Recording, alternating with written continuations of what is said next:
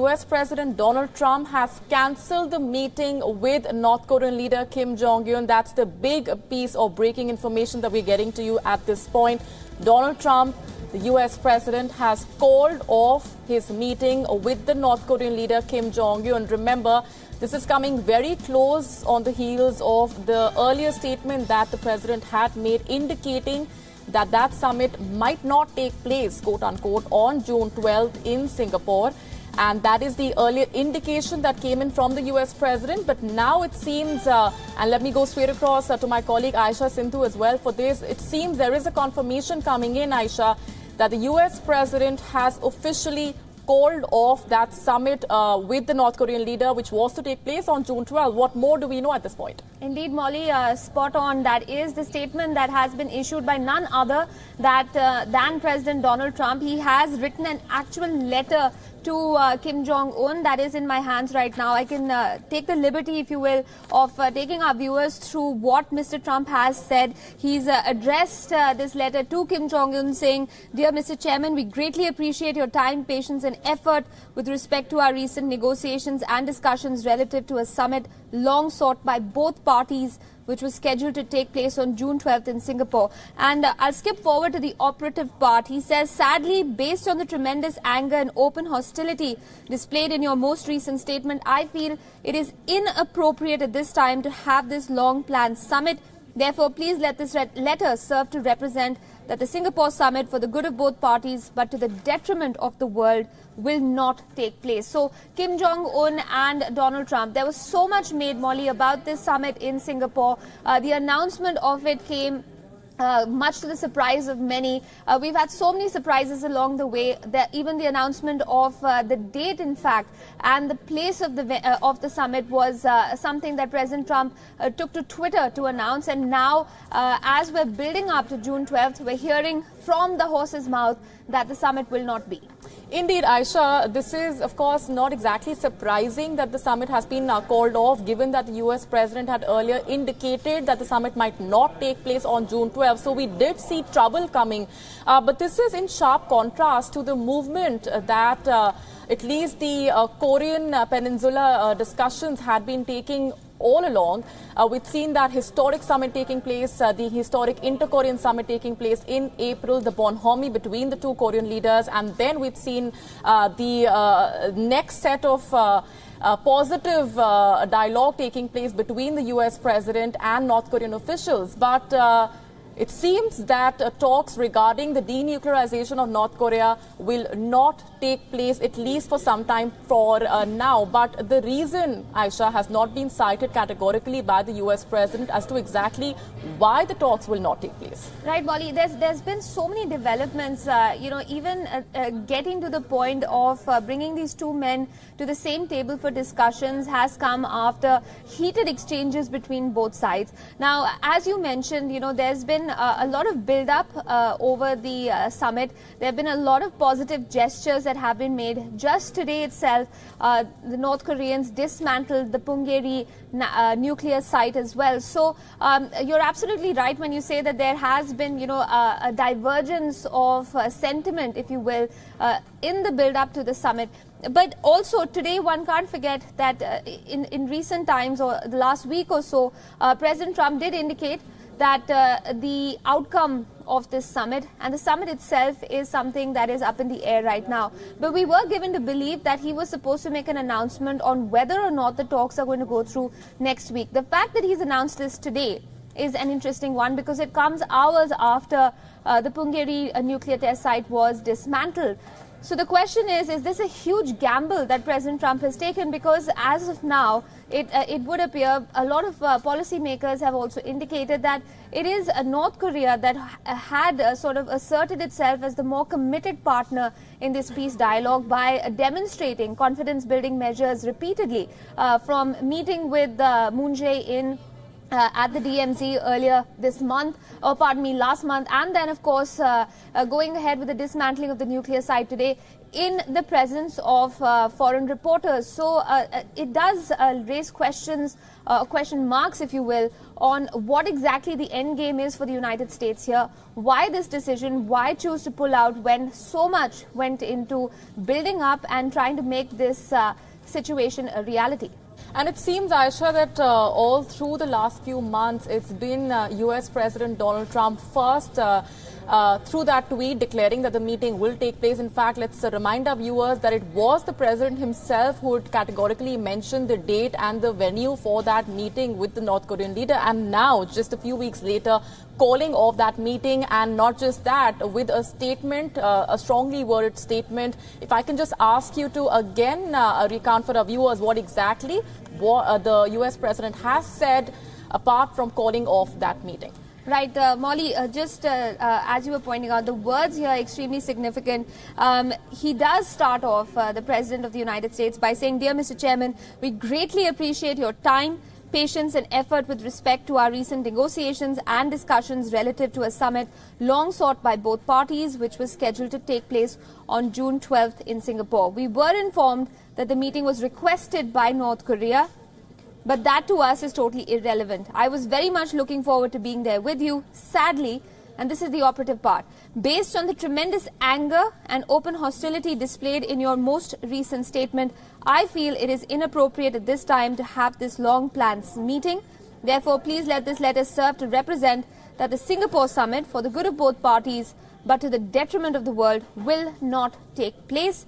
You talk about your nuclear capabilities, but ours are so massive and powerful that I pray to God they will never have to be used." So in addition to couching, let's say, the statement about calling off the meeting, Molly, in this letter, there is also a hidden threat in there, because the nuclear capabilities have usage come of up. words there. Sorry to interrupt you, Aisha. Just hold that thought. I'll just come back to you. Also joining us on the broadcast is a former ambassador to the United States, Vishnu Prakash, for more on this dramatic U-turn that's been taken, at least when the timing is considered, Ambassador, coming just hours after North Korea has dismantled its nuclear site at Pongeri. Your initial reaction to the Trump-Kim summit being called off? Molly, I'm not at all surprised. I'm afraid U.S. had painted itself in a corner. In my long diplomatic career, I had never seen this kind of preparation, quote unquote, for a summit where one side publicly dictates the terms and says my way or highway. This is something. This is not how, in my view, a summit can be prepared for. Just yesterday, Mr. Pompeo said at the Congress that U.S. had made zero concessions. Now, any agreement or summit or treaty tantamounts to both sides moving or meeting each other halfway, or at least, ceding some ground so that a via media can be found. Now, here there was no meeting ground whatsoever, because both sides had, had painted themselves in the corner. And first, President Trump had unconditionally accepted to get into a summit, and then the conditions were being listed out. It was a very unusual way of conducting diplomacy, and the summit being called off is not a surprise. Not a surprise, especially given the earlier indication that the U.S. President himself had given just a few days ago, saying that the June 12th summit might not take place. Stay with me, Ambassador, just a little while longer. Also getting in our correspondent, Harry Horton, who's joining us from Washington, D.C. itself for more on this. Harry, very interesting usage of words there through that statement that the President has released. What more are you picking up at this point? Well, it's clear that in recent days the shift in rhetoric from North Korea has caused some people in the White House to reconsider whether or not it was worth going ahead with this summit. Certainly the summit, on the planned date and time in Singapore. I think some members of the White House were concerned that the US might not be able to extract all the concessions that it wanted to from North Korea going into that summit. So, perhaps they viewed it as too risky and not worth doing. But look, this letter from Donald Trump, although it ramps up the rhetoric, it returns to these sort of boasts about the size of America's nuclear arsenal. It does leave the door open to rescheduling this summit at a later date. Donald Trump finishes his letter by saying, if you change your mind, please don't hesitate to call me or write. He says that to Kim Jong Un. So whilst, this summit has been called off, and this is a very dramatic move from the United States, it wouldn't take a great deal of posturing and change in rhetoric from North Korea, I think, for the White House to perhaps be convinced that they can go ahead and reschedule this for a later date. Very interesting. Harry, I'll just come back to you, Ambassador. If I could just quickly get in your reaction on what Harry has just mentioned. Of course, we are getting in further reactions to what the President has said. But, Ambassador, the US President, in as many words, thanking the North Korean leader, but at the same time saying that it's inappropriate to have this meeting at a time like this. What does the statement in itself, in the backdrop of the last few weeks, tell you about the way the US President has actually carried out these deliberations? And would you say that this was a planned move?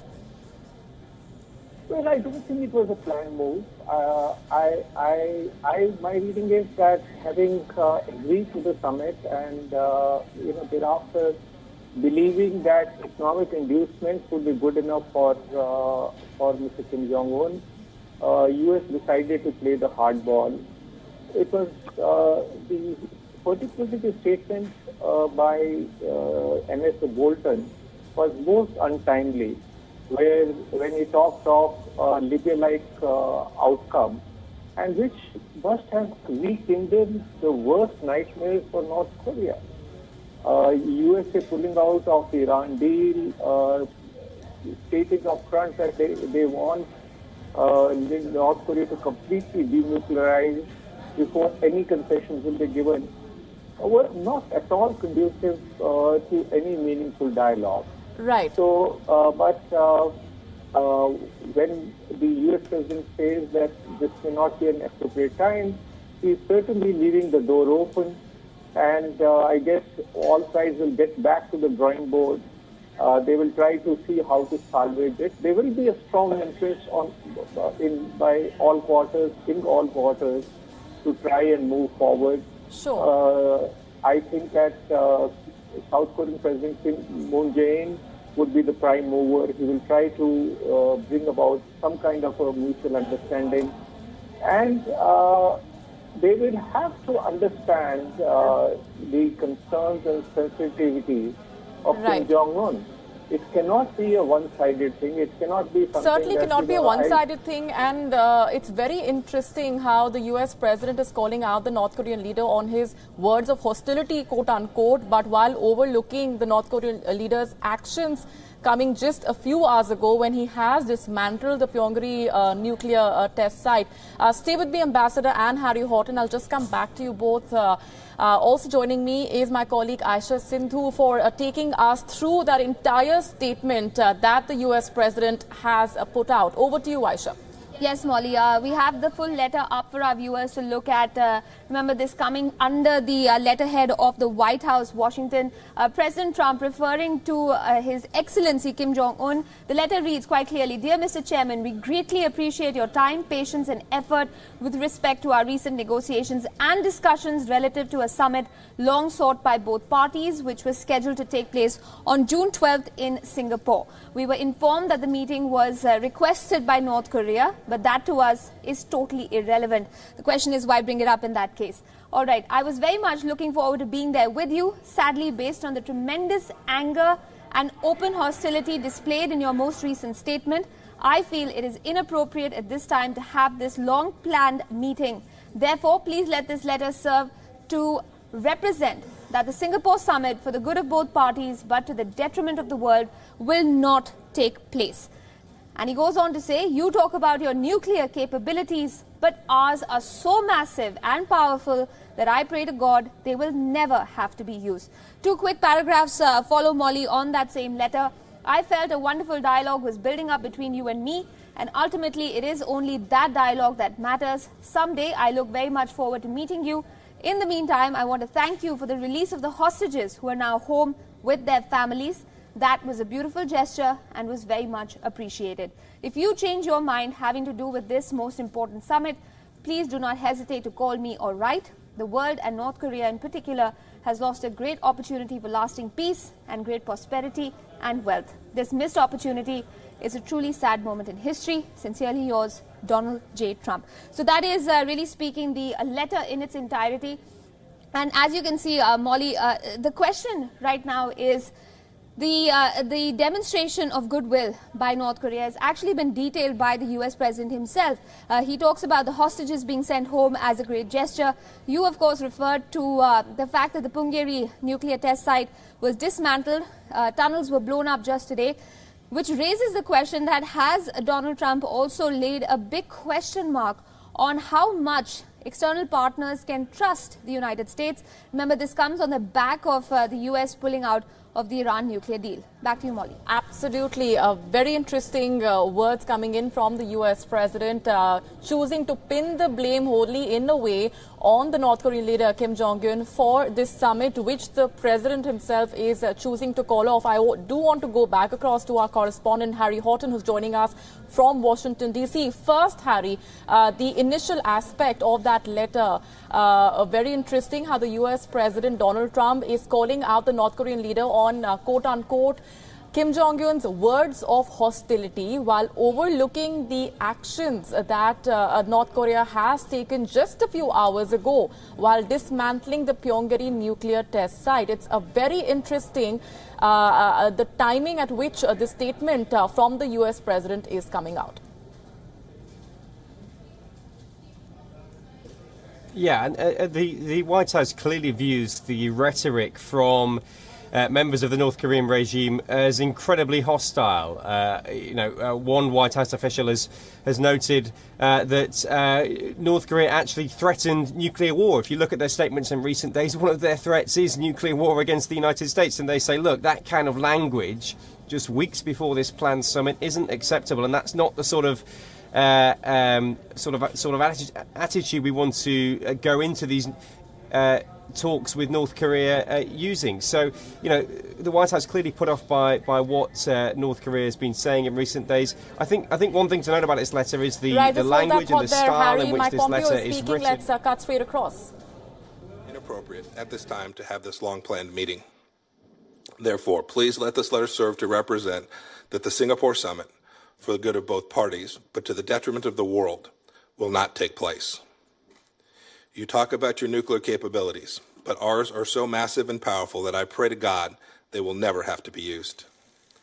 I felt that a wonderful dialogue was building up between you and me, and ultimately is only that dialogue that matters. Someday, I look very much forward to meeting you. In the meantime, I want to thank you for the release of the hostages who are now home with their families. That was a beautiful gesture and was very much appreciated. If you change your mind having to do with this important summit, please do not hesitate to call me or write. The world, and North Korea in particular, has lost a great opportunity for lasting peace and great prosperity and wealth. This missed opportunity is a truly sad moment in history. Sincerely yours, Donald J. Trump, President of the United States of America. Thank you, Mr. Chairman. Thank you, sir. We want to thank you for joining us today, and although you're here for a confirmation, you were here just 6 weeks ago for your confirmation hearing. In just a month, again, I want to commend you on an energetic and forceful start to your tenure. We hold a budget hearing each year, and that's the formal subject of today's meeting. But as you and I have talked, budgets coming from the administration these days and for many years are not really focused on that much, as you know, and there's a process we go through here to really determine what expenditures are going to be made. So since it really doesn't have a great effect on the outcomes here, it's it would be my guess that there really won't be many questions around the budget, and I think you know that, even though you're going to present it, fulfilling your responsibilities. While discussing the budget is not a productive use of our time today, in all likelihood, I'm hopeful that your remarks will outline your management plan for the department and steps that you've taken thus far on that front. I also want to discuss with you our efforts to update authorities we use to fight terror abroad. And just for members on both sides of the aisle, today we've agreed to 2 rounds of questions if necessary. And we realize that there have been questions around the AUMF, and so I know many questions may focus on the AUMF we've been discussing in recent times.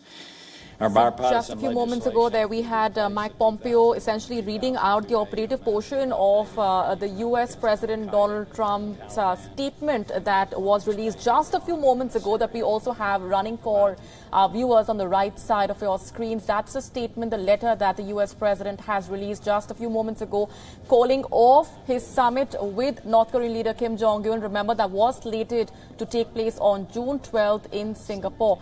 That much anticipated summit is no longer taking place. Let me go straight back across to Harry Horton, who's been with us, getting us the very latest. Harry, I had to interrupt you earlier when we were speaking of the interesting point that the president has made, among many of those, talking about the words of hostility of the North Korean leader. Yeah, absolutely. I was going to say that this style of this letter and the way in which it's written, it's very clear that this letter was written by President Donald Trump. The language that is used isn't the sort of language we expect from the White House press office. It's more the language we're used to on Donald Trump's Twitter feed. So clearly the president very involved personally in this decision to call off the summit with Kim Jong Un. And we know that Donald Trump likes to see himself as a master deal maker. And one of the things he often says about deal making, and one of the things he's criticized his predecessors for doing, is not being prepared to walk away from meetings if you don't think you're going to get a good deal. Well, clearly in this case, Donald Trump and the White House looked at the rhetoric coming from North Korea. They looked at the conditions that they'd been laying out for North Korea, and they weren't convinced that this was going to be the sort of deal that the US wanted to see coming out of this summit. So they've called North Korea's bluff, called off the summit. But as I said, this letter makes very clear that should the rhetoric change from North Korea, should they perhaps agree to some of the concessions that the US is demanding, then the US is prepared for this meeting to go ahead at a later date and reschedule it for some time in the future. So the door very much left open for Kim Jong Un should North Korea wish to come back to the negotiating table with the United States. The very fact that the meeting has been called off, Harry, as our expert was also pointing out earlier, comes as no surprise, as the fact that the meeting will take place, it's been on tenterhooks for quite some time now. There's been so much back and forth taking place over the last few weeks. But given the way the credit stealing has been taking place over the last few weeks for that very summit to take place, for the two leaders to come to the negotiating table, we've seen how the US president has also been trying to steal the credit, and through that letter also trying to convey that it is the US president who has the upper hand.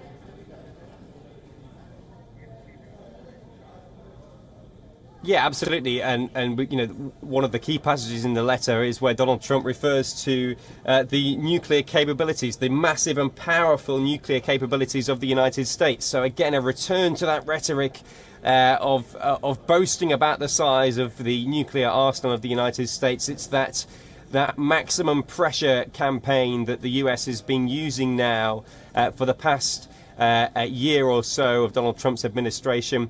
You know, this clearly is moving away from the warm rhetoric that we saw once the two leaders had agreed to meet, and now returning to the hostilities of the past. And it's worth noting that the US still has those maximum sanctions in place on North Korea. So what they're doing here, once again, is trying to really squeeze North Korea economically and with the this rhetoric, this threatening language, and they hope that returning to that strategy can once again bring North Korea back to the back to those negotiations in a position that the US wants them to be in. Absolutely. Stay with me, please, Harry. I'll just come back to you. We also have Stephen Golub, international affairs expert, joining us from Washington, D.C. itself for more on this. Professor Golub, appreciate your speaking with us here on WION as always. As that letter and the last bit of it has the U.S. president boasting about the size of the U.S.'s nuclear capabilities. We've had those comparisons drawn between the U.S. and North Korea's the size of their nuclear buttons earlier. We've seen the U.S. president, of course, lashing out at the North Korean leader, exchanging those barbs. But the last few weeks have been in sharp contrast. The manner in which the back and forth, though, has taken place, Professor Golub. Does the fact that the summit has been now called off come as any surprise? A bit, although given Donald Trump's very mercurial and frankly rather uninformed nature in terms of how he deals with world affairs and many issues, it's a bit of a surprise, but not a big shock. You have to remember, he apparently just decided to go ahead or to call for this summit on a whim to begin with. In the run-up to this would-be summit, he was saying that he deserved a Nobel Peace Prize, and a commemorative coin had been minted showing him and Kim facing each other or both on the coin, which was kind of a silly idea, but indicative of the kind of casual way in which he approaches matters such as this. What is not a shock is Trump canceling it, especially in view of who his two chief foreign policy advisors are now, Mike Pompeo at State and John Bolton, the national security advisor, both really hawkish on North Korea, especially Bolton. And it could be that in addition to events emanating from and statements emanating from North Korea, a big factor here was Pompeo and again, especially Bolton, whispering in Trump's ear that, no, you don't want to go ahead with this, or otherwise influencing him despite his early and as I said, mercurial, premature commitment to this summit. What do you also make of the language that the U.S. president has used throughout that letter? As Harry was pointing out, it's very easy to figure that it is the president himself who spent each and every word of that letter, the tone and tenor that he's used while writing that statement out. Well, welcome to the world of Donald Trump. This is not the way your Prime Minister Modi or Angela Merkel in Germany or most other world leaders operate to phrase things this way. It is somewhat akin to the way Kim Jong Un sometimes operates. So that's not shocking. It's not very professional and not likely to advance peace in any way or avoiding war in any way. But that's the way Donald Trump operates. But he's also, through the last few weeks, do you agree, suggested or tried to give out the message that it is the U.S. president who has the upper hand, who's been calling the shots and steering the negotiations, all this while, first by declaring the date and venue of that meeting and now by announcing that it's been called off, and throughout the period also trying to take credit and stake claim to the negotiations? Well, Donald Trump, any U.S. president or any world leader will try to take credit or to suggest that they may have the upper hand in situations where they're dealing, especially with an adversary or a foreign power. But that's especially the case with Donald Trump, where ego is very, very much at play. I think Trump had been criticized justifiably here because in many ways Kim has had the upper hand in terms of positive public relations, a positive image in South Korea.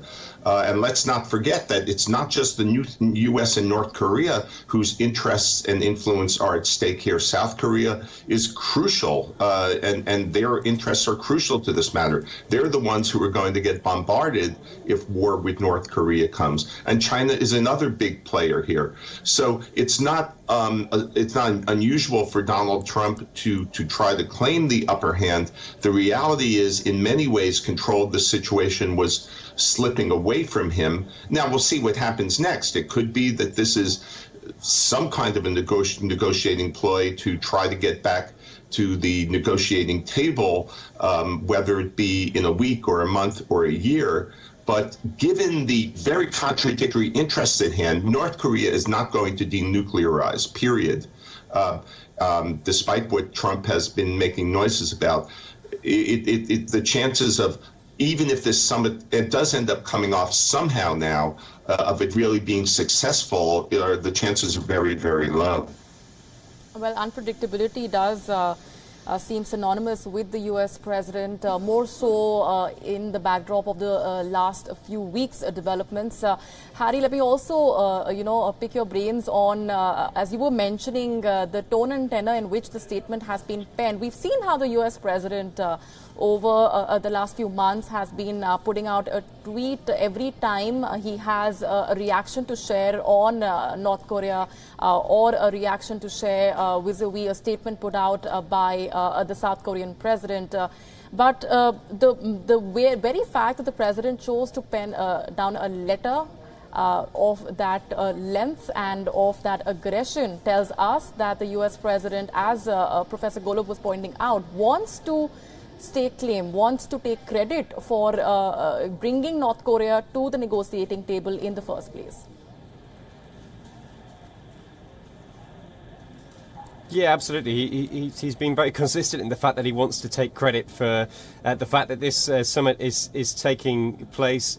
I mean, look, this letter, as much as it's aimed at Kim Jong Un, I think it's aimed at a domestic audience here in the United States as well. I mean, lines like, look, to us, it was totally irrelevant. It was you who wanted this meeting in the first place. Donald Trump really kind of trying to shift the blame off himself and put it onto North Korea about this meeting, kind of take away that responsibility now, if you like. One other interesting point in this in this letter is a line where Donald Trump says, I felt a wonderful dialogue was building up between you and me. That suggests perhaps that Donald Trump and Kim Jong Un have spoken one-on-one together. He's been asked about that a number of times. He hasn't confirmed or denied whether he's spoken over the phone to Kim Jong Un personally, but the fact that he says that a wonderful dialogue was building up between you and me, I mean, that will only add to speculation that the two leaders have spoken over the phone in recent weeks ahead of this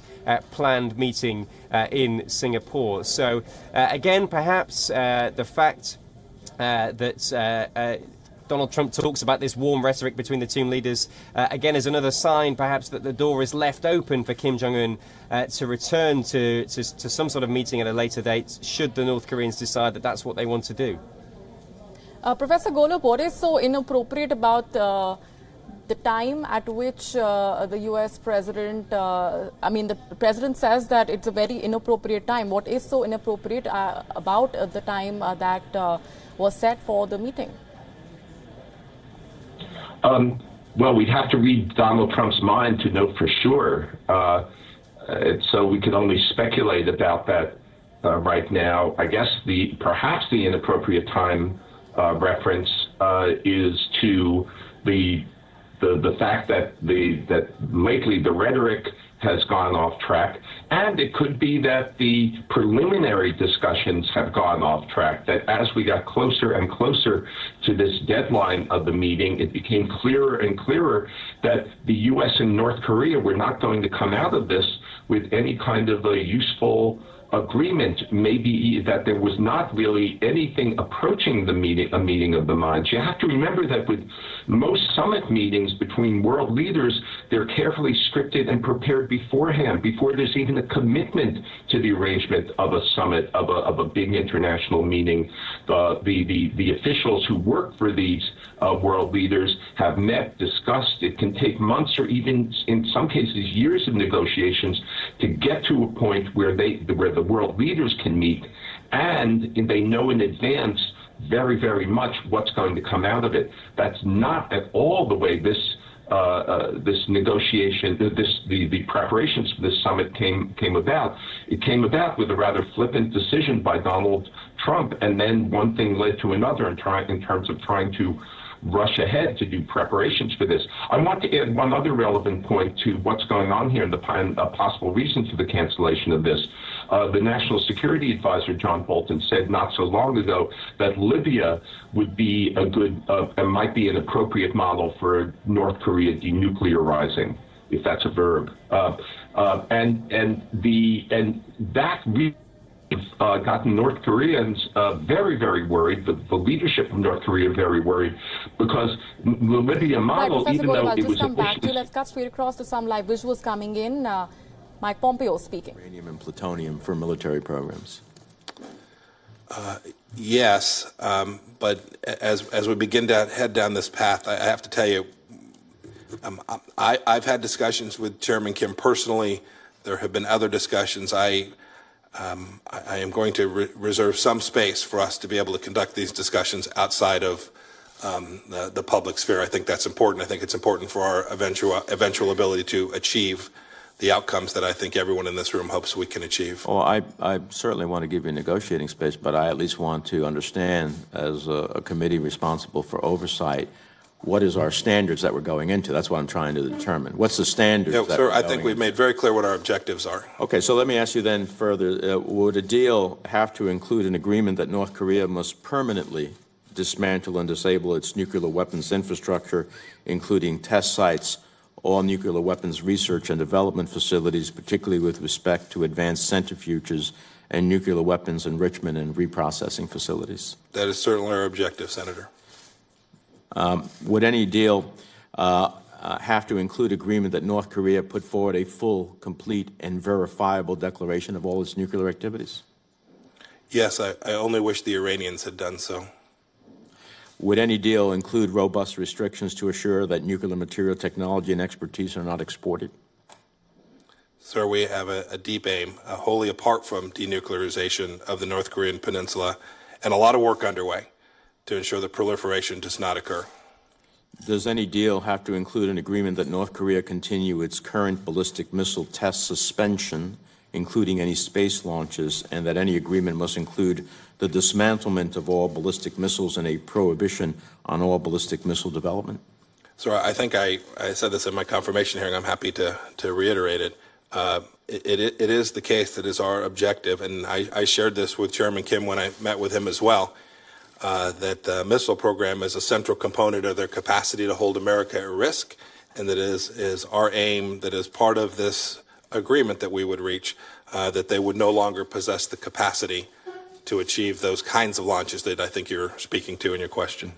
And to be truly, completely verifiable and irreversible, any agreement with North Korea should be permanent in nature with no sunsets on its provisions? Yes, sir. Okay. Well, those are all very helpful for understanding the standards of what we're trying to achieve. Let me ask you,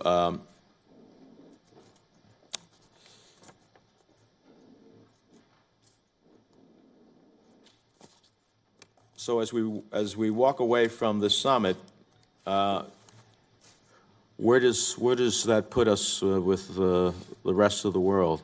Do you believe that somehow we are strengthened in this regard, or are we weakened as a result of walking away ourselves because of some statements?